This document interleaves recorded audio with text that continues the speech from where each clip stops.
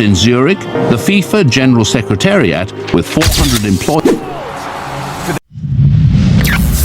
The greatest event in history in 2026.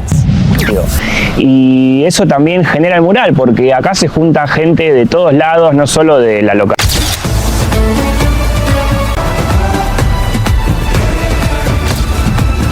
Everyone expected the 2026 FIFA World Cup to make history for one reason: scale. 48 nations, 3 host countries, more matches than ever before. A tournament designed to showcase football's ability to unite people across borders.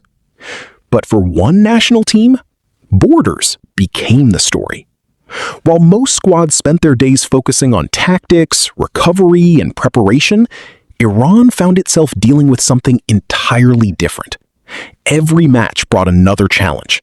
Every journey became an obstacle. And every step toward kickoff seemed to involve complications that no other team had to face. Now, after weeks of controversy, complaints, and growing attention from around the football world, a significant change has finally been made.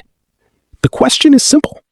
Why did FIFA and tournament officials alter the rules for Iran just days before one of the team's biggest matches?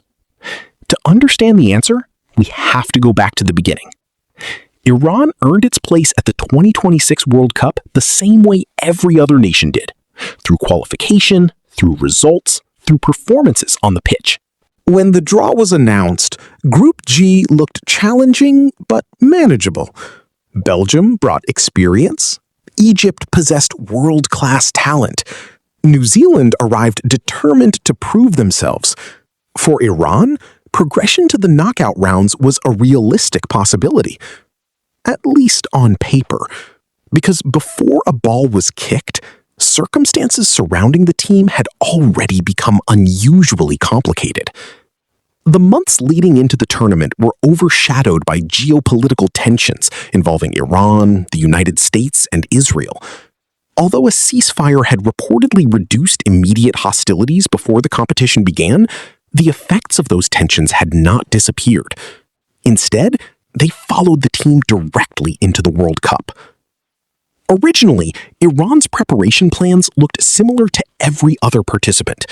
The squad was expected to establish a training base inside the United States, allowing players and coaches to operate close to their match venues. That plan never materialized. Instead, Iran was relocated to Tijuana, Mexico. At first glance, that might not sound like a major issue. After all, Tijuana sits close to the American border. But in elite sport, small details often become massive advantages or disadvantages. And this detail changed everything.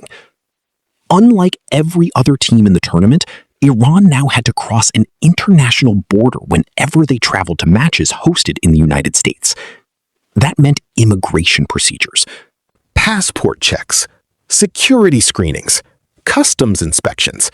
Not once, not occasionally, every single match. Under normal circumstances, a World Cup squad leaves its training base, arrives in a host city, completes final preparations, rests, and enters match day with minimal distractions. Iran's reality was completely different. A journey that should have taken less than an hour suddenly became a lengthy process stretching across several hours.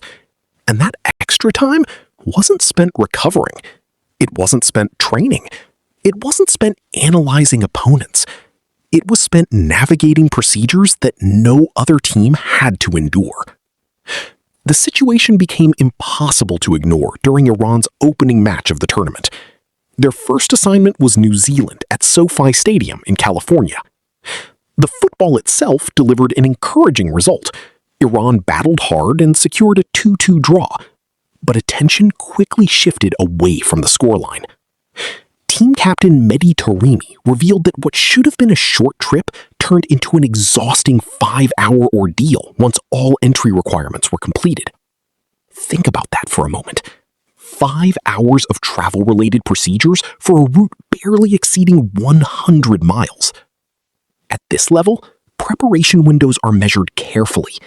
Elite athletes operate according to precise schedules, training intensity, nutrition timing, hydration plans, sleep cycles, recovery. When those hours disappear, the effects can accumulate quickly. Fans watching from home may never notice it. Statistics don't record it, but players certainly feel it. And the challenges didn't stop once the match ended. According to Iran's coaching staff, the team was required to leave shortly after the game rather than remaining overnight near the venue. For many squads, the hours following a match are essential. Players recover. Medical teams begin treatment programs. Coaches conduct evaluations. Athletes decompress mentally after 90 intense minutes. Iran reportedly had far less flexibility. Instead of settling into recovery routines, attention turned immediately toward another border crossing. Head coach Amir Galenoui openly voiced his frustration. He argued that recovery is not a luxury in modern football, it is a necessity. Every additional disruption affects readiness for the next match. And from his perspective, Iran was being asked to compete under conditions unlike anyone else in the competition. Those comments resonated throughout football media because regardless of political viewpoints, many observers agreed on one point. The players themselves had earned the right to compete under fair sporting conditions.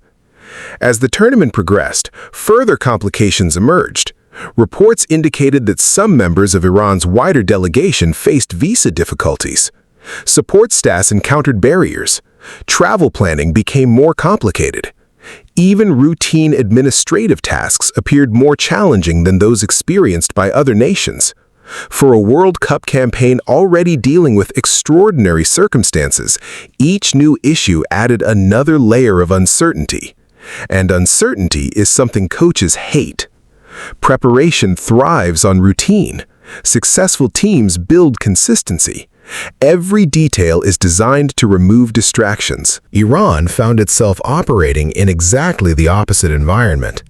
What made the story even more remarkable was the atmosphere surrounding the team. Inside stadiums, emotions often extended beyond football. Members of the Iranian diaspora expressed differing views regarding events back home. Some attended matches to support the players. Others used the occasion to voice political opinions. Demonstrations appeared outside venues. Symbols carried historical significance. Debates unfolded both inside and outside the stadium. The result was an environment unlike anything experienced by most national teams. Football remained the centerpiece, yet larger conversations constantly surrounded it. Historically, World Cups have often intersected with politics. That reality is nothing new. Throughout the tournament's history, certain teams have arrived carrying political significance that extends beyond sport. But Iran's situation felt different. The focus wasn't solely on symbolism.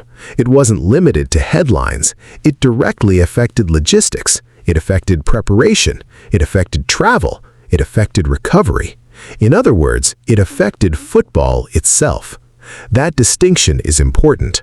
Previous tournaments have seen disputes involving ticket access, accreditation issues, scheduling concerns, and visa delays for supporters, but rarely has a team's basic ability to move between training facilities and match venues become such a central storyline.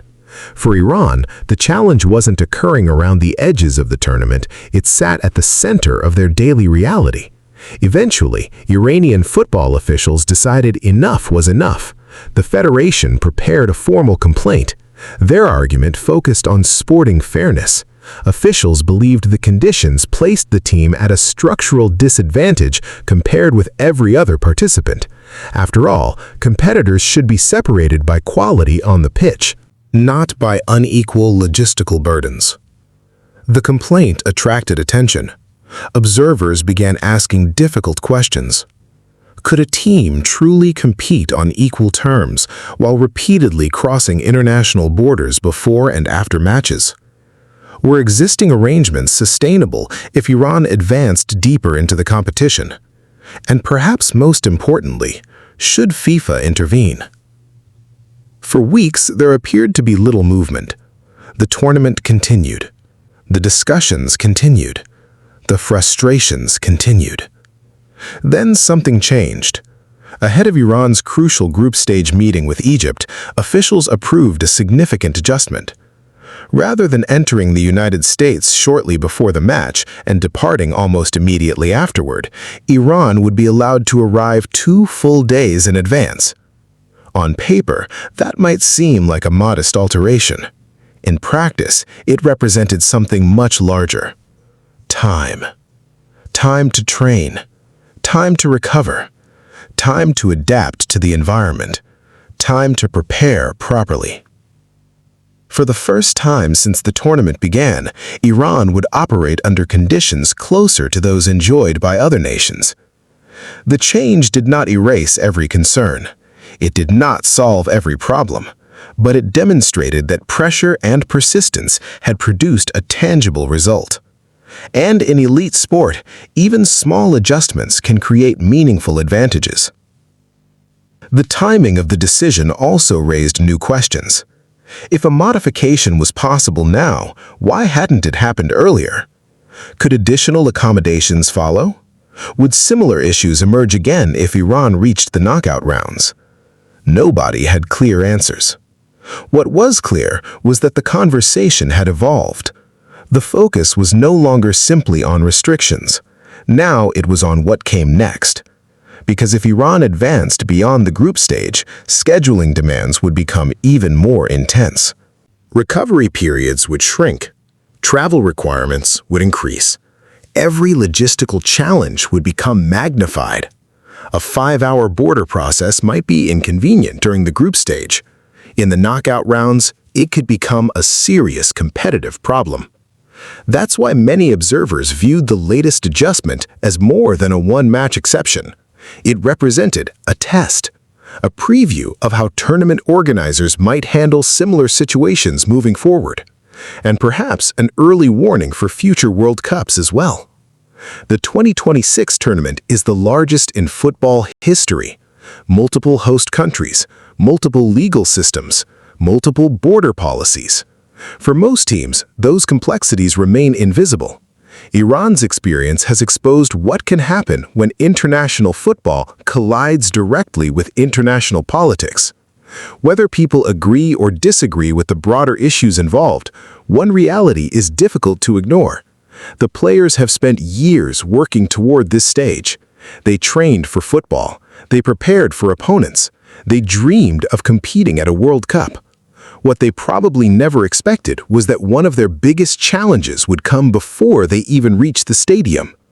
Now, with a key match approaching and a new arrangement finally in place, Iran enters the next phase of its campaign carrying a mixture of relief, uncertainty, and determination.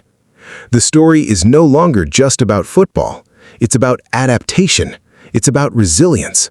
And it's about what happens when sport meets circumstances far beyond the control of the athletes themselves. As the tournament continues, the world will be watching closely to see whether this change marks the beginning of a broader solution or simply a temporary exception. And perhaps the biggest question remains unanswered. How different might Iran's World Cup journey have looked if these obstacles had never existed in the first place? What do you think? Has Iran been placed at a genuine competitive disadvantage during this World Cup, or are these challenges simply part of hosting a global tournament across multiple nations?